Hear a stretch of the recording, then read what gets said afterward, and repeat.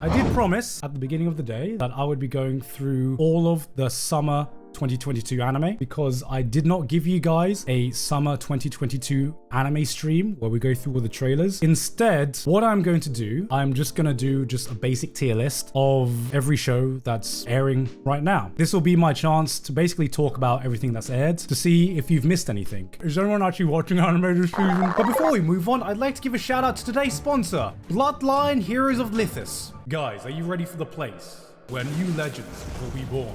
Bloodline Heroes of Lithus is a card-based fantasy RPG in 3D realistic graphics. The gameplay is a mix of unique gacha gameplay where you can choose your path by raising heirs with true companions from the vast fantasy world, customizing your champions by marrying different bloodlines until you find a unique combination of 5 powerful abilities, and there's also some light sim gameplay where you can build your own kingdom and economy. You can also use the coupon code on screen to redeem in-game rewards. But I know what you're thinking, what are the champions like? Well, just have a look for yourself. You can get the clan of Karg for free just by logging in. Not forgetting Folga, the demigods, who you can switch genders freely and level up to unlock more companions for free.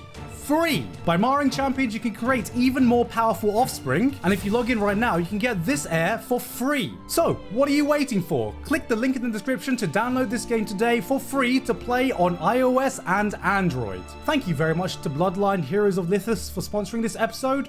Back to the video. People are just like, oh, Giga doesn't watch any anime before he makes a video about it. No, I actually watch everything that airs in a season for at least 1 or 2 episodes before I make the seasonal anime video. I don't watch everything all the way through. Some shows I watch for like 3 episodes, some I watch for like 6, and then some I finish. And then normally it's the ones that I finish that I end up including in my end of year review. If you have not been watching any summer shows this season, then you can get a bit more filled out. So first we're starting off with Luminous Witches, which I believe is a spin-off to Strike Witches. I don't really have too much to say about this, aside from the fact that I can't believe that Strike Witches has returned, which if you didn't know, Strike Witches is a show where you had a bunch of girls and they were basically just aeroplanes. I watched 1 episode of this. This one just wasn't for me. I've never been too big of a fan of Strike Witches, but the one thing they changed about Strike Witches, they were like, okay, let's bring back Strike Witches. Let's do Luminous Witches. But you know what we're gonna do? Idol show. They turned Strike Witches into an idol show.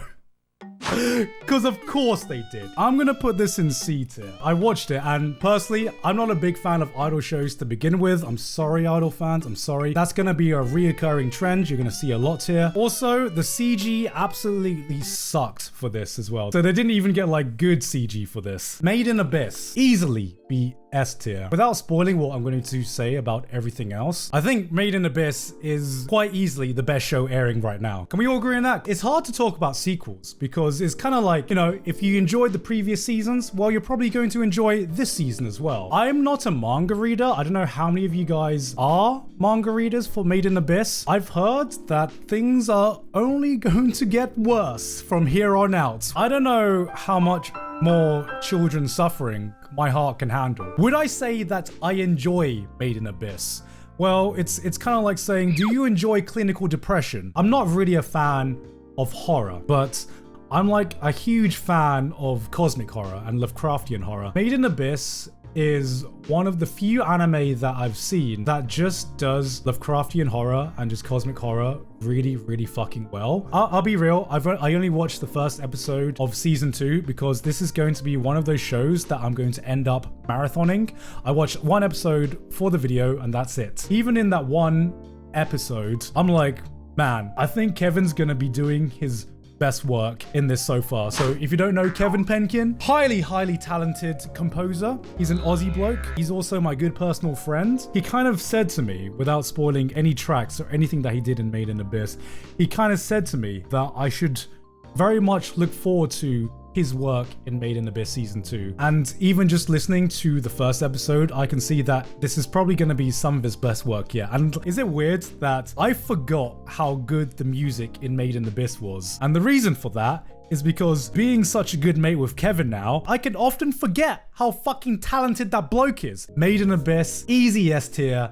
Easily going to be one of the best shows this season. What is this? Is this Tokyo Mew Mew? Tokyo Mew Mew Mew. How many of you guys are familiar with Tokyo Mew Mew. I came into Tokyo Mew Mew completely blind because I think Tokyo Mew Mew is one of those shows that got a lot of people, maybe not into anime, but it was like one of the first anime that a lot of people watched. Sydney was a big fan of Tokyo Mew Mew. I know Emirichu was a big fan of Tokyo Mew Mew as well. If it wasn't for them, I would actually have no idea that this existed. How long ago did this air? How long ago did this fucking air? Oh my fucking god, it aired in 2002? Jesus Christ. It's been 20 years since the original aired. It's been 2 fucking decades. I don't know why this season they've just brought like a bunch of shows back from the dead. I would recommend this to anyone who likes magical girl shows. In like the best and worst way, I kind of think Madoka Magica kind of just like ruined magical girl shows. Like not exactly ruined, but like it changed it indefinitely, because this is just a good old-fashioned magical girl show. I'm not the biggest fan of magical girl shows, which is why I put it in like high B, low A tier. I'm just gonna put it right in B tier. This is a magical girl show like back before Madoka existed, back before magical girls became tragical girls. It never was about that before. I'm not the biggest magical girl fan, but you know, because Sydney's a big fan, I'm a big fan, if you know what I'm saying. So I'll probably be watching a few more episodes of this. Another thing I want to comment on is I fucking love the name Tokyo Mew Mew Mew. That's such a good name for a reboot. Rent a Girlfriend Season 2. Oh boy. Oh boy. You know me. I'm going to be watching Rent a Girlfriend Season 2 because of course I am. My enthusiasm for Rent a Girlfriend has gone down massively. I was hopeful. Unironically, I really enjoyed Season 1, partly because I thought that it was going to be the journey, this really antisocial guy, as I like to call him, this living bruh moment. I thought it was going to be this guy who was a living bruh moment, and it was going to be his journey of touching grass. I watched Season 1 and I was just like, okay, this is going to be the beginning of the journey. Unfortunately, I read the manga. The man he turns into in the manga is a bruh moment that is bigger than any bruh moment in the history of bruh.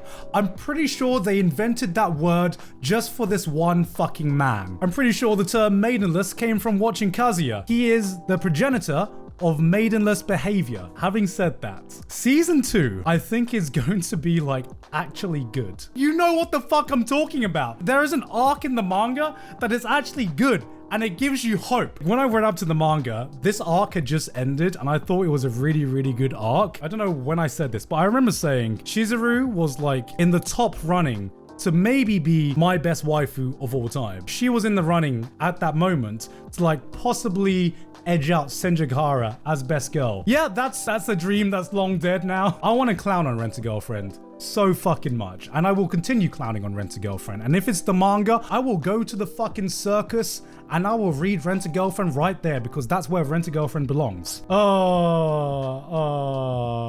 do I put it? I don't even know where to fucking put it. I legitimately don't know where to put it. When I read the manga, this arc was like A tier, but like I'm a manga reader now, so I'm like, this is definitely D tier. The anime is adapting that arc, so maybe it's going to be A tier. I don't fucking know. You know what? I'm gonna put it in B for beta male. Moving on. Isekai Meikyu de Harem War.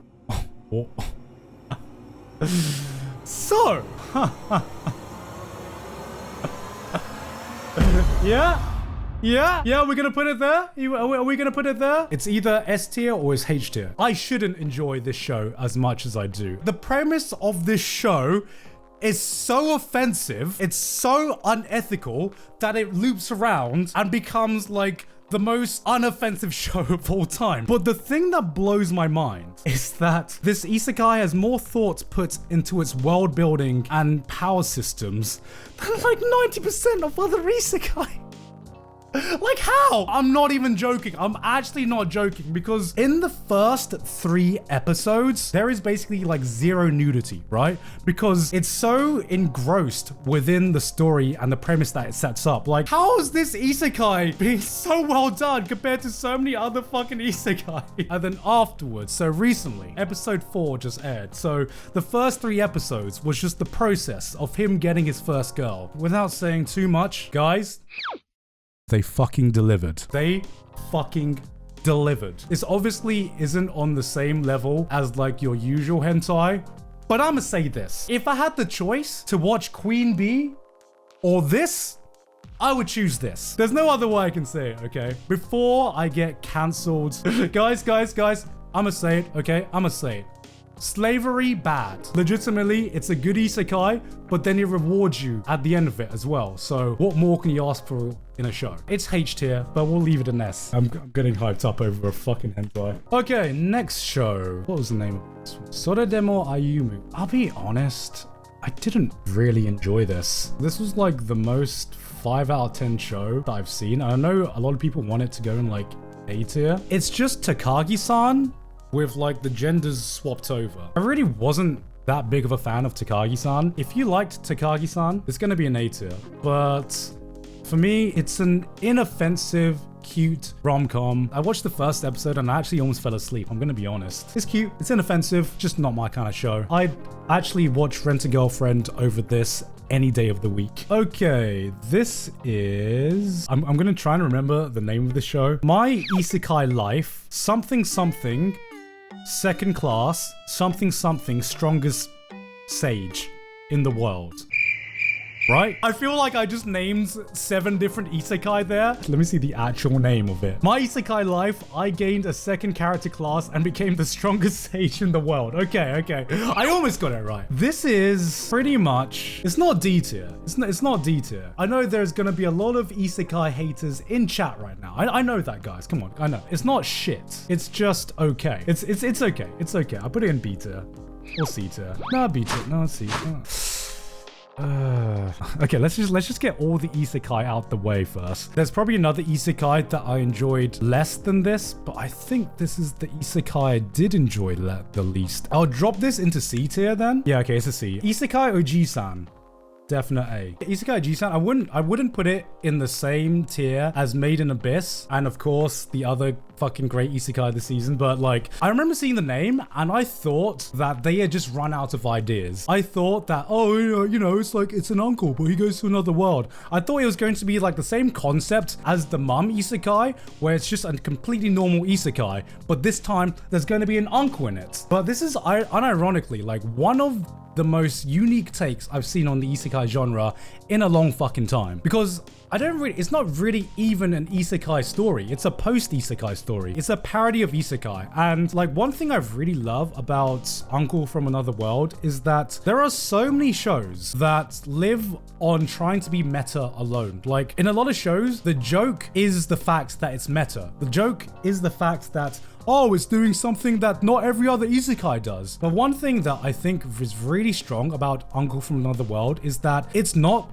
the concept that's funny, it's the characters that are funny. The setting and the premise itself is pretty original. It asks the question, what if the person who was isekai to this other world, what if he was just a fucking idiot? What if he wasn't the OP protagonist that got every girl and everything like that? Even though one of the biggest running jokes is that he could have gotten every girl. He could have gotten the tsundere and the goddess and everything like that, but he was so blind and so oblivious that he just didn't. This is what happens if you isekai an ugly bastard. One of the most interesting takes on the isekai genre I've seen in a while, and I have hope that it's not going to fizzle out as well, because one thing that always worries me about comedy anime and comedy shows is that it's funny for a few episodes and then it kind of fizzles out. But this one, I think, is going to pull through for the entire run. Great show. A tier. It's not Maid in Abyss level, but it's really, really fucking good. Black Summoner, another isekai. I'm gonna put this at B tier. Black Summoner is basically isekai Pokemon. There's not much I need to say about this. It's an isekai. A guy gets isekai to another world, except this time he's a summoner and he can summon really OP monsters, and he can like basically tame monsters in the world and then summon them. So basically, we got our solo leveling adaptation early, because this is just fucking solo leveling, right? Except hopefully solo leveling has better CG than this one has. But yeah, Black Summoner, that's just a generic isekai that's entertaining. It's B tier. Overlord. Okay, here we go. Where do you think Overlord should go? Honestly, guys, I don't know if I'm gonna get flack for this.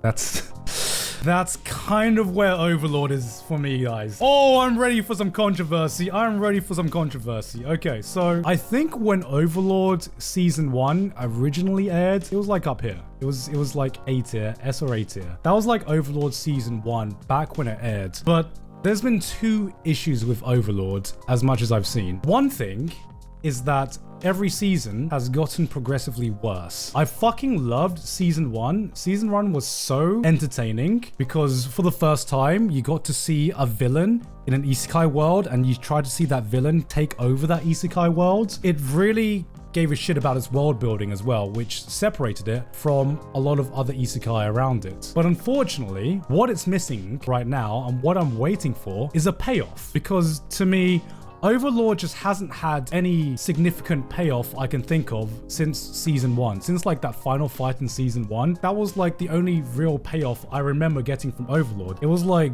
B or C tier. After season 3, it is coming in at the B tier. Maybe after season 4 ends, it's gonna be back up at A or S tier, but coming into season 4, it is like a B tier isekai for me. There's a lot more competition when it comes to original concepts and original takes and good world building in isekai. Mushoku Tensei is another example of that as well. There's a lot more competition when it comes to good shows in the isekai genre, that Overlord just stands out a lot less than it used to. Pharmacy from Another World, B tier as well. I don't think it's A tier just yet. It's like a very high B tier for me. There's gonna be a lot in B tier, I think, because spoiler alert, I think this season is pretty mid overall. Right now, Pharmacy in Another World is like a high B tier. Like, it's funny that one thing I've seen in like the past year, we've had a few original concepts for isekai, and then as soon as we get that one original concept, there's like 3 more that come out every season. And like the originality just dies. Why is Pharmacy Isekai suddenly becoming a trend? I have no fucking clue. Having said that, out of all Pharmacy Isekai, out of the 3 that suddenly appeared, this one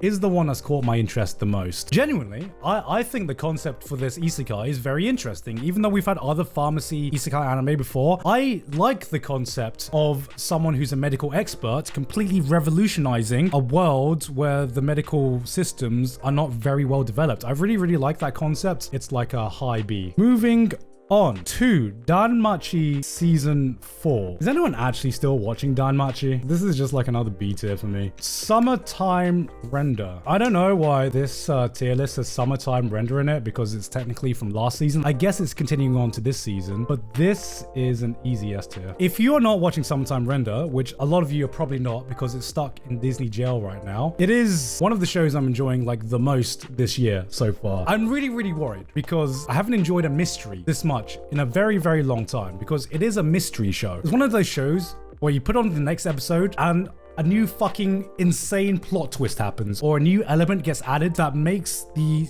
entire premise 10 times more interesting. And I haven't been this engrossed with a show for a very, very long time. The initial premise is that it's kind of like a mix between Higurashi and ReZero. It's a really, really good show and more people need to watch it. Devil is a Part-Timer Season 2. Oh yeah, this is an isekai. I mean, it's really, really early to tell right now. Season 1 was easily an A tier isekai. I'm a bit worried because it seems like the animation quality has taken a dip. So my initial impression after watching the first few episodes, it has gone from an A tier isekai to a B tier. What can bring this back up to an A tier is if the story and the comedy and the chemistry between the characters remain as good as they were in season 1. That can bring it up to an A tier again. But from my initial impression of watching the first few episodes of season 2, I'll keep it at a B tier just to be safe. Aside from that though, fuck yes guys,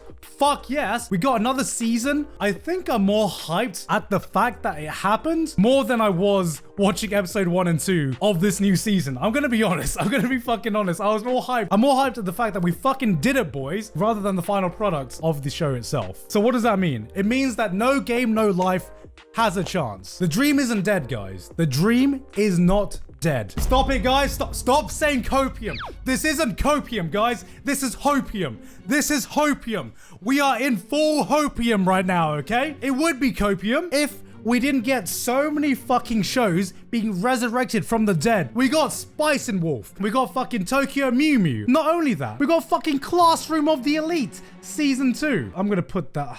that's also like a low A, high B. That's like a low A. I'll fuck it. I enjoy Classroom of the Elite Season 1. Season 2 seems like kind of the same. Back to what I was saying. We got Classroom of the Elite Season 2. We waited 5 years for this. We waited 20 years for Tokyo Mew Mew Mew. We got more Spice and Wolf. We got more fucking Panty and Stocking. Panty and Stocking. A new Panty and Stocking anime got announced at AX. We are no longer in COPIUM mode.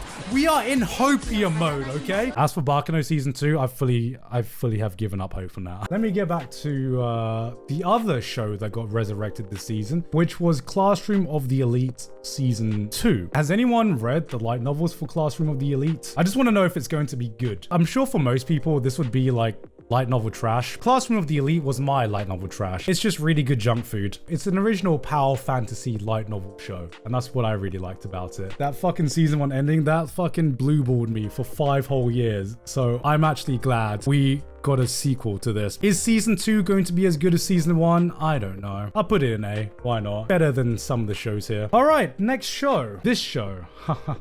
My stepsister is my... What was the show again? My stepmother's daughter is my ex. That's the show. Okay, guys. Like everyone's saying S and A tier. You're all wrong. You're all fucking wrong. It's not S tier, okay? Stop thinking that just because a show has fucking incest in it, that I'm gonna put it at S tier, okay? What do people think? I'm the fucking incest guy, okay? What reason do people think that just because a show has incest in it, I'm going to enjoy it? You like one incest show, and suddenly you're the fucking incest guy. Come on, guys. Come on. This is a fucking mid show. It's like a 5, 6 out of 10 show. I look at a lot of these shows and I'm like, I would watch Rent a Girlfriend over this show. Like, you'd think with a show with that title in it, it's going to be like, uh-oh, step bro, help me, step bro, I'm stuck. But it's really kind of just like wholesome. Where's the fucking spice? This is like the most vanilla incest show I've seen in my life. Oh god, this doesn't help my case, does it? This doesn't help my case. They smell each other's underwear. Oh my god. How deep am I in the rabbit hole where I see them smelling each other's underwear? I'm just like, that's vanilla. The stepsisters are not enough of a hook to get me interested in a show like this. It is no Domestic Girlfriend. That's what I'm saying. Oh, this is the Yakuza show. That's it. All I know is this one has got like Yakuza and cute girls in it. It's a decent show. It's just, I compare it to like every other dad-daughter anime. So when I read the title, The Yakuza's Guide to Babysitting, it's one of those fucking daddy-daughter shows. Is there a genre for this? Because I really don't want to call it the Usagi Drop genre, because I know how Usagi Drop ends. I really don't want to call it the Usagi Drops. Going back to incest, am I right? Okay, I'm gonna stop. This one is very, very similar to Hinamatsuri, but without the comedy. It's a comfy show. I'm just okay with comfy shows. It's a B tier for me. Must have incest. It needs some spice, okay? Yes, I said it. It needs some spice. Next show, Shadow Thingy-mabobby, Shadow House. I'll be honest, this was one of the few shows that I didn't actually watch first episode of, and that's because I haven't finished the first season of Shadow House. I'm just gonna leave it here. Love Live, I know where this one goes. In the D tier. That's what I want to do today. I want to piss off Love Live fans. All right, mission accomplished. Yofukashi no Uta. This is S tier. I really, really, really fucking love Yofukashi no Uta. Obviously, I'm going to be a bit biased, okay? Because, surprise, surprise, I love the manga. Because if you're a real fan of me, you'd know that I love the manga because I made a video about it. Having said that, I think the anime is better than the manga. The anime adaptation has absolutely fucking nailed the manga. It's so fucking good. One of the big things that draws me to the manga is the entire vibe and atmosphere of the manga, and they took that vibe and they like amped it up by 10 in the anime adaptation. I think that it has one of the best OSTs so far of the year. To me, it's up there with like Maid in Abyss in how much the OST has grabbed me, because it's doing something different from Maid in Abyss. I got my boy Kevin, you know, a fucking amazing OST. This one is literally lo-fi the anime. This is the kind of vibe that I'm looking for when it comes to my slice of life anime. It's got like a very, very basic premise of romance in it, but that's not the reason I really enjoy this show, because this show captures the vibe and the feeling of nighttime so well. It captures that vibe of just wandering the streets at night. Hopefully you've lived in a safe city one time in your life and you can just wander the empty streets, and there's just something freeing. It's the feeling of watching someone discover their adolescence. That's kind of where I put Yofukashi no Uta. I put it in S tier because I really enjoy it. Not a lot happens in this show. You don't really watch this for the story. Moving on to the football anime, it's C or D. It's really not that good. I was really disappointed. The football anime that was airing last season, that's actually pretty damn decent, you know. We've gone from having very few football anime to now getting like 3 football anime in 3 seasons. I thought that everyone was just gonna shit their pants over Blue Lock, which is the football anime airing next season. And that one, I think, is going to be an amazing football anime. But Aoashi has really come out of the blue because I had never heard of that before last season. And that's a really damn good football anime as well. This football anime fucking sucks. Kuzu Idols. I mean, this one is easily S tier. It's about a character who hates idols. So, you know, easy S tier for me. I bet he hates Love Live as well. I'm just kidding.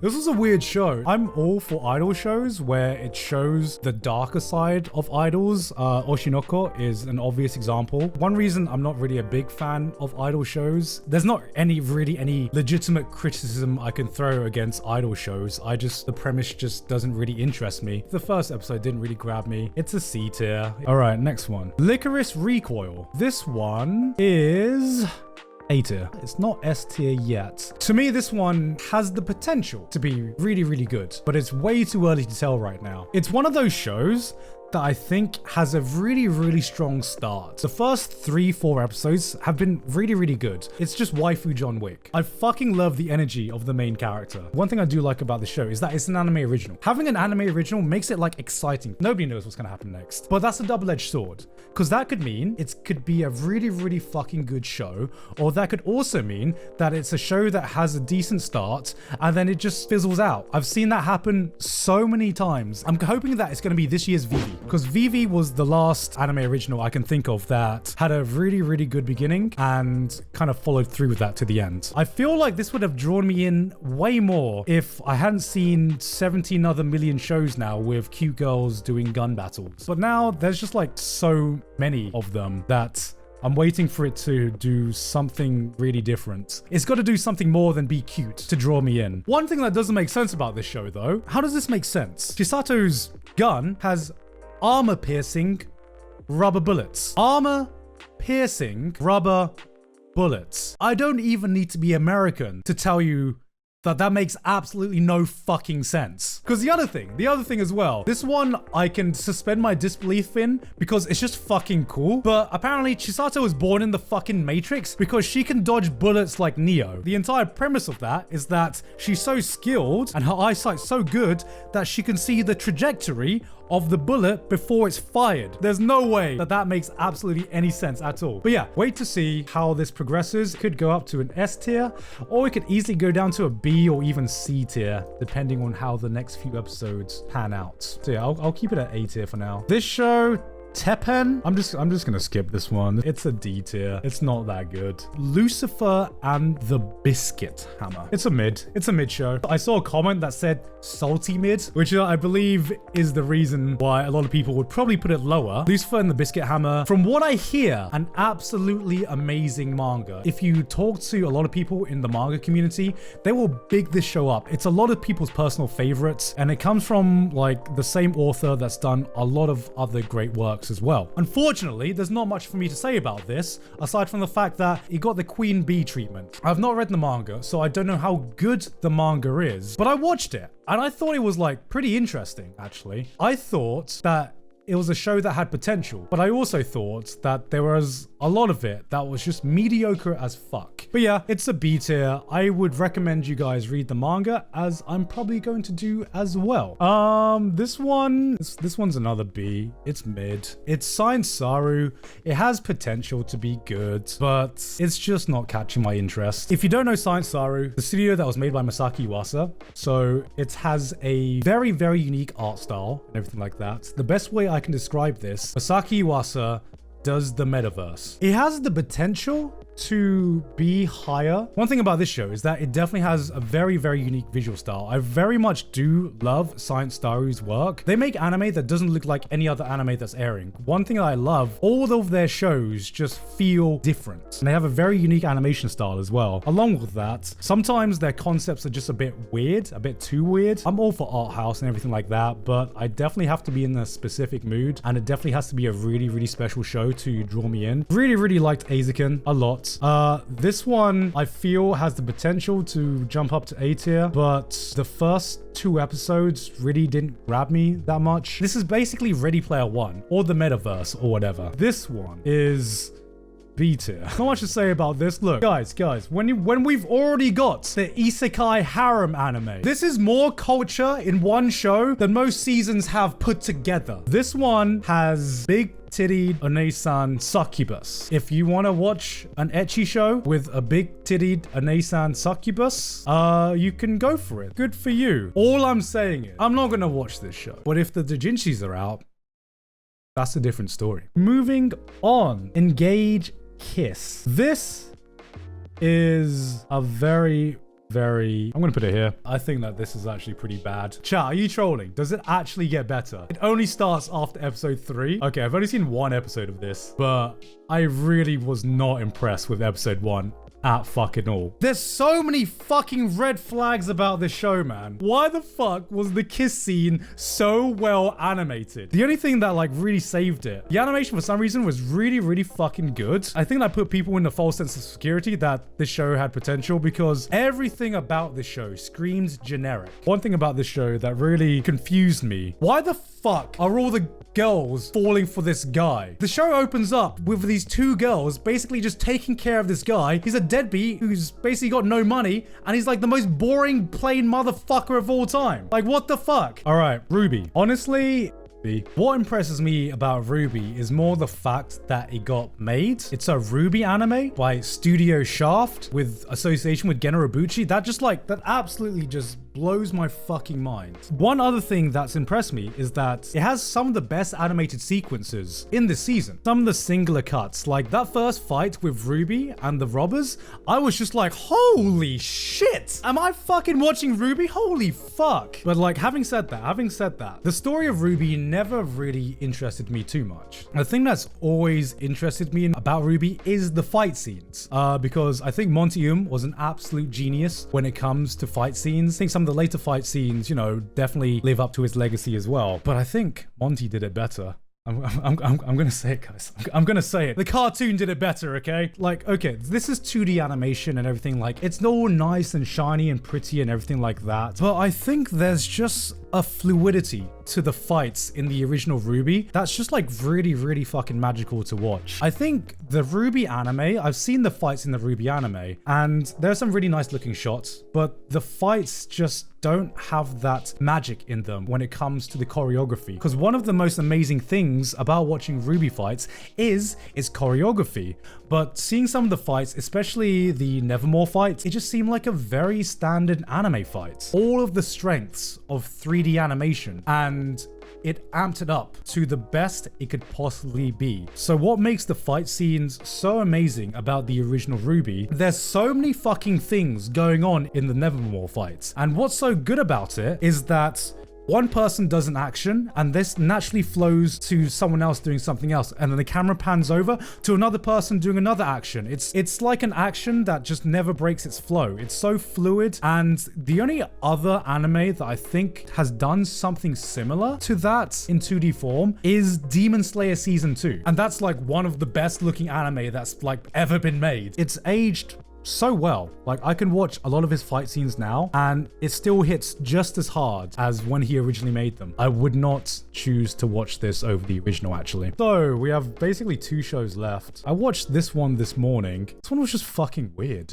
What is the appeal of this show? It's a sussy, dark-skinned maid. What this show felt like was a Shota Dojin without the Dojin part. I was waiting for something sussy to happen, but nothing sussy did happen. It was... So, I guess it's just like another wholesome show kind of thing. It's a cutesy show.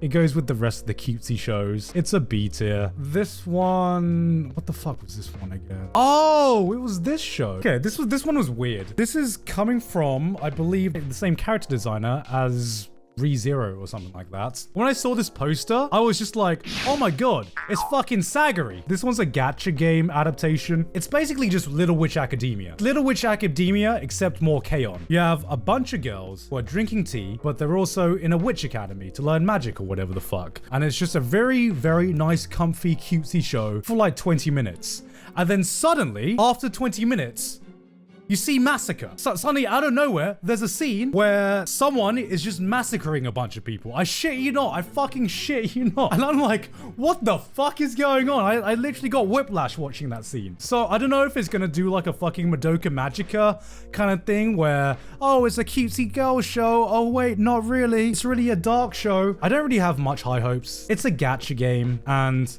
let's be honest, guys. We don't play gacha games for the story unless it's Fate. I'm going to put this in C tier. I'm actually going to put this down to C tier as well. But yeah, that's pretty much it. If you're watching now at the end of this tier list, this is what the ratings really mean, okay? So that was my summer 2022 anime chart tier list. Maybe you agree, maybe you disagree, who knows? But at the end of the day, none of us know how good the fucking summer season's going to be until the summer season ends. But if you enjoyed this video, please hit the like button and consider subscribing. And I'm back in Japan now, so check out my Twitch channel, twitch.tv/gigark, and maybe catch some more streams. I'm going to be streaming way more often now. Come follow me on Twitch. You can see me recording all of this shit live. Anyway though, that's it from me for today. I'll see you guys next time. Bye!